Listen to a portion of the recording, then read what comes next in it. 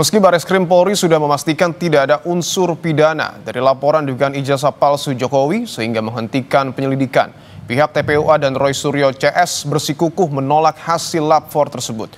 Bahkan pihak pengadu akan melaporkan penyidik Bareskrim ke Kompolnas atas dugaan tidak transparan dalam pengujian ijazah Jokowi. Lebih lengkap soal ini sudah ada Komisioner Kompolnas Khoirul Anam. Cak Anam, selamat petang. Selamat petang, apa kabar? Siap, alhamdulillah baik. Cak Anam, saya akan langsung tanyakan, apakah Kompolnas saat ini sudah menerima laporan, baik itu dari Roy Suryo CS ataupun TPUA? Sampai kemarin ya, ketika kantor masih buka, kan sekarang libur, itu tidak ada pengaduan, baik datang langsung maupun persurat. Itu yang kami ketahui. Ya, sehingga kami memang menunggu aja, ini kan sudah 1 minggu isunya mau datang ke Kompolnas, mau mengadukan dan lain sebagainya. Tapi sejauh ini sudah ada komunikasi, Cak Anam? Belum ada. Tapi memang ada baiknya komunikasinya melalui jalur formal ya. Kan memang niatnya untuk mengadukan, biar apa? Biar secara administrasi itu tercatat sebagai pengaduan dan kami bisa menindaklanjutin dengan baik gitu. Kecuali memang ya komunikasi di luar pengaduan sih boleh aja, tapi karena ini sudah diumumkan mau pengaduan ya ada baiknya memang formal seperti kasus-kasus yang lain. Oke. Terkait dengan pelaporan masih kita tunggu artinya, tapi dari Kompolnas sendiri melihat apakah dugaan yang kemudian disampaikan oleh Roy Suryo CS ataupun TPUA terkait dengan tidak transparan pihak Bareskrim Polri mengusut ataupun menyelidik ijazah palsu Jokowi yang diduga ini, betul demikian, tidak transparan? Iya, kita belum bisa komentar apapun ya, karena kan kita tidak tahu apa yang akan diadukan oleh rekan-rekan Roy Suryo CS. Tapi kalau melihat misalnya model pengumuman dari Bareskrim mengumumkan penghentian penyelidikannya, saya kira model seperti itu transparan gitu ya. Makanya orang bisa men-challenge substansi proses dan sebagainya, tapi model pengumuman itu lumayan transparan gitu loh. Oleh karenanya kita tidak bisa komentar apapun kecuali memang Pak Roy Suryo dan rekan-rekan mengadukan ke Kompolnas, kita tahu substansinya apa. Apakah di level proses, ataukah di level keterlibatan, ataukah di level yang mana begitu. Soalnya kan ini kan kalau kami pantau di publik ya, karena ini kan sudah masuk ke ranah publik. Banyak isu yang beredar, misalnya ini nggak sesuai KUHAP lah, yang nggak sesuai KUHAP itu apanya? Apakah prakteknya atau misalnya terkait landasan hukumnya? Kalau landasan hukumnya saya kira memang di KUHAP tidak diatur, tapi ada putusan Mahkamah Konstitusi. Ya, ada juga peraturan kepolisian soal manajemen penanganan tindak pidana. Saya kira itu sudah diakui, misalnya begitu. Nah, kita tidak tahu persis mana yang jadi problem, soal transparansi kah, soal prosesnya kah, atau soal yang lain, misalnya begitu.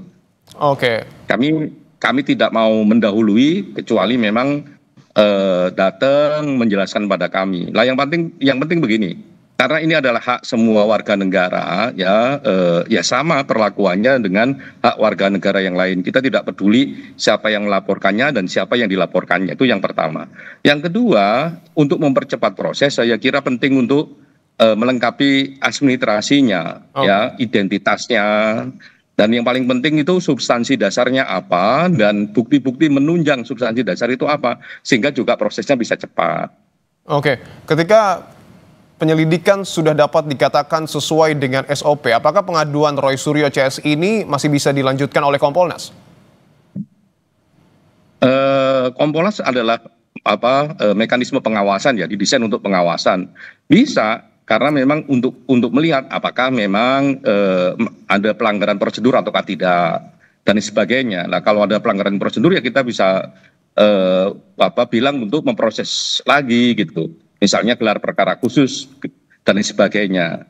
Nah, itu memungkinkan kami merekomendasikan itu. Nah, tapi kan kita belum tahu apa yang diadukan, apa problemnya dan sebagainya. Nah, makanya kami sih berharap ya, karena ini sudah menjadi perhatian publik, ketika nanti seandainya jadi melaporkan ke Kompolnas, mohon dokumen-dokumen penunjang argumentasi dan sebagainya bisa segera didapat sehingga prosesnya bisa cepat. Kalau enggak nanti prosesnya juga lama gitu. Oke, Canam, yang kemudian juga dibahas oleh pihak pengadu adalah terkait dengan materi pembanding yang kemudian dilakukan pada saat proses uji lapor. Apakah Kompolnas melihat materi pembanding ini memang sudah sesuai dengan aturan yang kemudian berlaku?